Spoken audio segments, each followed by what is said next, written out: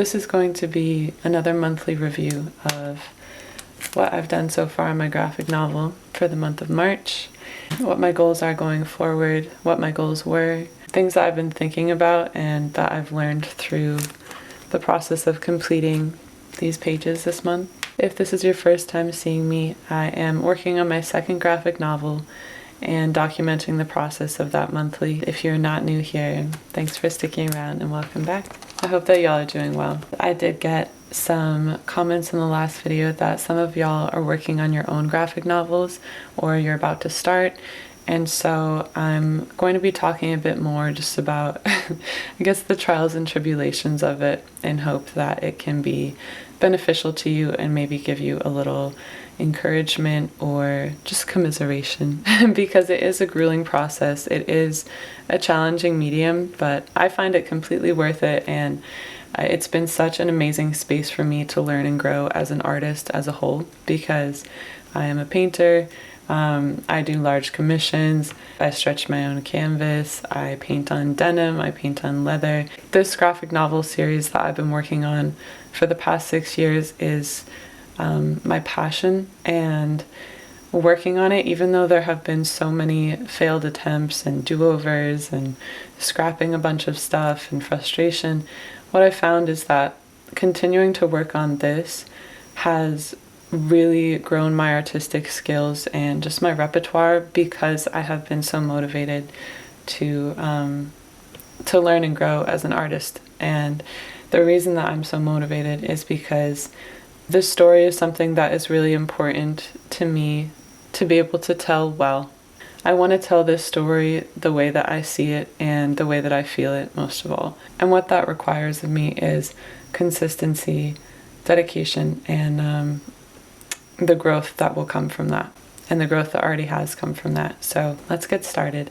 What I'm going to do is go through the 6 pages that I completed this month, and also take you through the script that I work on, the storyboards that I use to plan out what these pages are going to look like. So the first page that I did for the month of March was something that I actually collaged.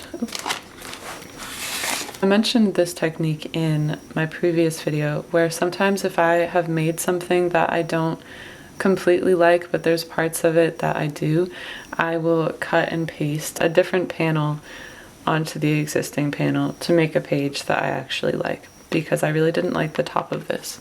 So what I did was I cut out this hand here, and then I drew in this fire escape with a dumpster and some graffiti and brick, just pasted it onto the page. So this is the first page that I did for this month. It's a little collage of something I did in 2021 and then something I did last month in 2024. This one says, I was looking for things I hadn't seen before. And this was also collaged. I cut out this hand that I had and I placed it over this page that I painted. And I gotta say, I'm not 100% happy with it. I'm not so dissatisfied with it that I had to immediately redo it. When I make something that I love, I just have this feeling that I'm gonna love it forever. And there are just some things that you do that you're like, okay, you know what, I'm really satisfied with this and I think I'm gonna like it forever. This is not one of those things. If you're working on a graphic novel or a long project that has many different parts, what I have learned to do is treat it like the SATs. When you are taking this test, what they tell you is, if you don't know the answer to something immediately, move right on to the next one. You can always come back. And so that is something that has really helped me keep my momentum and not dwell on things that I just can't really figure out how to create in the way that I want. So this is an example of me being a little bit stuck, because technically this contains all the elements that I wanted to draw, but I'm just not 100% happy with it. And what I'm gonna do is just move on, and then maybe in a few months or in a year, I'll get an idea that is better than what I have now, and I will redo it. Thankfully, the next page that I did, I absolutely loved. If you watched the last video, I had made this mistake while I was drawing some clouds, and I sort of like blended it into the buildings, and it produced this effect that I really liked. And so I wanted to try it out with the face here.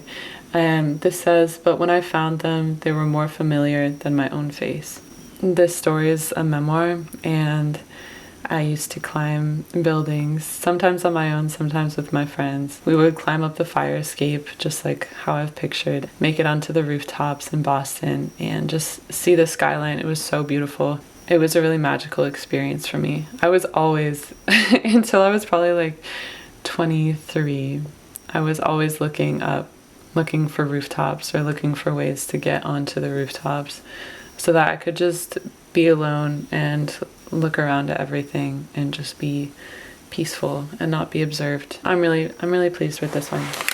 Yay. Let me show you the final result and then we'll get into that. Into these things I wanted to disappear. Maybe this is persnickety, but I'm still not entirely happy with this one, but I already had to redo it. So here's what happened. Oh my god. I used an eraser that was not meant for this paper. Look what happened, y'all. The eraser just tore up the page and I was like, oh my gosh, I do not want to start over right now, but I did. This is the second attempt, and like I said, I'm still not 100% happy with it, and in the future I might end up going back, but right now I am satisfied enough. A shout out to everyone who wore Converse in high school. This says, "I have always been this way, felt this way." And we've got some water coming in. Then the water rises up to here and we see some fish scales. Fish are a motif that I used in the first volume of my graphic novel as well. And what they symbolize is feeling of being submerged in something far greater than yourself and something mysterious.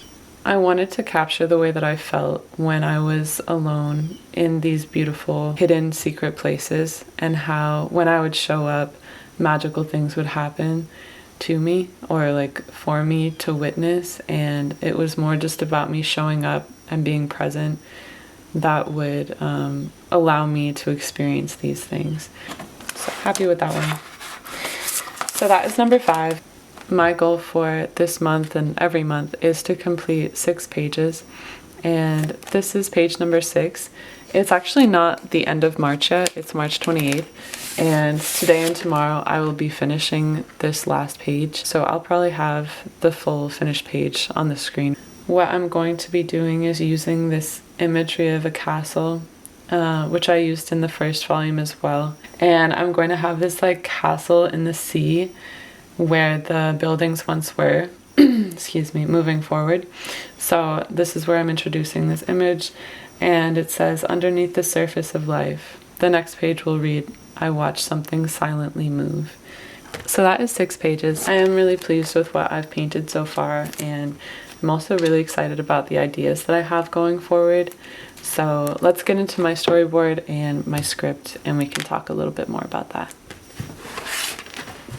Another one of my goals for the month of March was to get into my storyboarding more and just put more ideas in my sketchbook instead of just randomly in my notes app, never getting transferred in, writing some like random little scribble on a piece of paper that I then toss out. It's something that I love to look back on, and I just really want to have more of my ideas centralized in here because it keeps all of my crazy, messy thoughts together.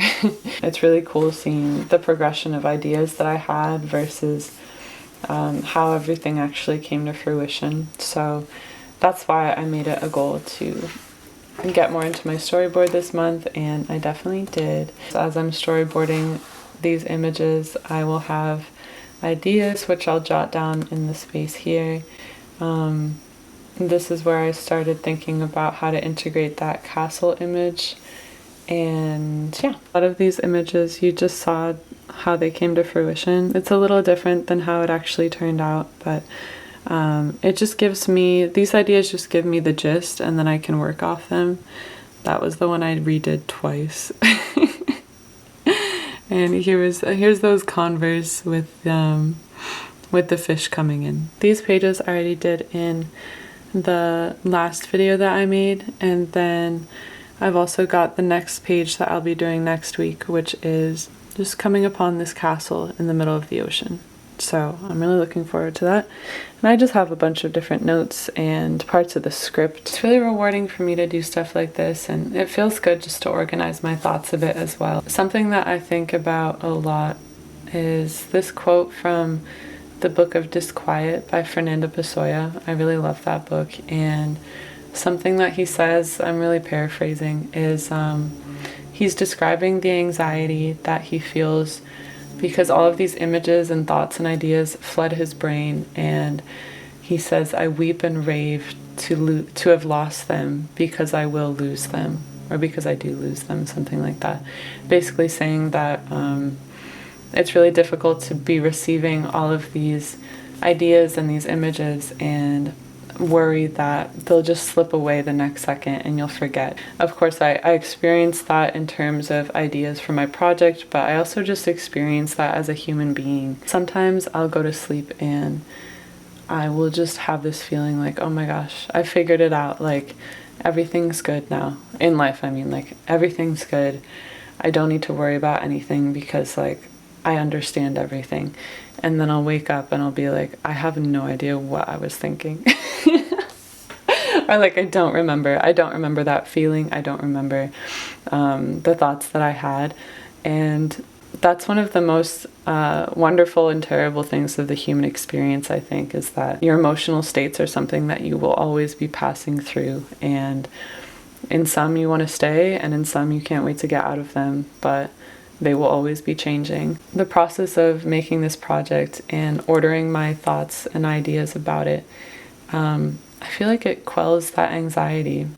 It helps me combat the feeling of being never done or never enough. Like, what I do is never enough, because even if something is just a scribble or a doodle, when I look back and I see the notes that I've taken or the storyboards that I've done, it's not that they're perfect, and that's not what I care about. What I see is that I've just been so consistent about showing up, and I feel like that consistency is a foundation of self-trust that makes life a lot easier in the unknown. So if you are working on a graphic novel or an art project or just a project in general, I hope that process of working on it can be something that can really affirm your trust in yourself, and that doesn't rely at all on how good your work is or how well you can draw a hand or something like that.